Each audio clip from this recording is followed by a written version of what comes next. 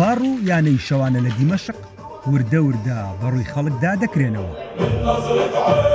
زۆربەی باڕوو یانەکانی شەوانە دەکەونە ناوچەکانی بابتوما و بابشەرقی.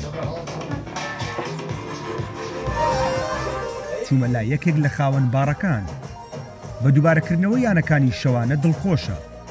ئەو نەیشاردەوە ترس لە گروپە چەکدارەکان وای کردووە هەم سەردانیکەرانیان کەم ببێتەوە هەمیشکردنەوەی باڕوو یانەکانی شەوانە.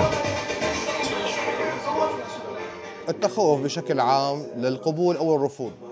ترس دناوا رازیبوون و ڕەتکردنێدا وسا کردیە و خەڵک بکێمی لەوان جیهان خویا بکەن. خەڵک دەترسە ڕەوش بۆوە نەزەلالە. ئەم وەکە خودیان باران چۆنە جەم دەستەیە و هێزێندن و بەرپرسێن ناوچەیە.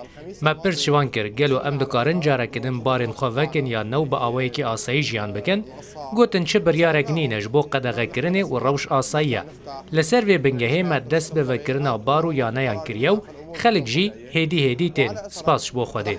استقبلنا زبايننا وبلشت العالم توافد أول بأول الحمد لله يعني. زۆربەی مێزەکان چۆن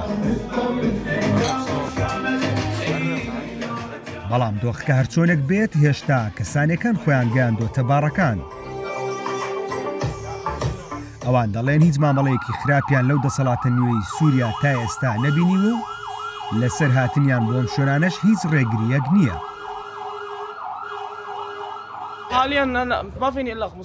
آنها راستە ڕەوش نەگەلێکی سەقامگیرە نەپێکانە بەهێسانی بێ کۆنترۆلکردن ji ber ku evkarekî nehêsan e welat bi tevayî guherîn bi ser de hatiye lewma nehêsane di şev û rojekê de bê kontrolkirin em netûrene ku bi vî awayî ji ber ku em tê digihin ku rewş ne asayî ye bi saya Xwedê her tiştek hin bihin û here cihê xwe.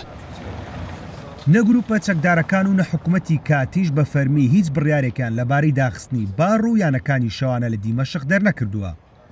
بەڵام بەهۆی ئەوەی گروپە چەکدارەکان ئیسلامین و بەشێکشیان توندڕە و خەڵک ترسی لە چوونە ئەم ناوچانە هەیە. بابتوما و بابشەرقی هەمیشە لە شوێنە قەرەباڵغەکانی دیمەشق بوونە. لێرە تا ڕۆژ دەبووە کەس خەو ناچۆ چاوی. ساڵانێکی دوور و درێژە بۆتە شوێنی ئەو کەسانی حەزیان بە بەزمی خواردنەوە ئاهەنگی شەوانەیە.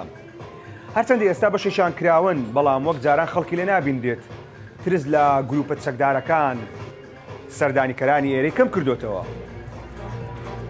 هەڵکەوت عەزیز ڕوودا و دیمەشق.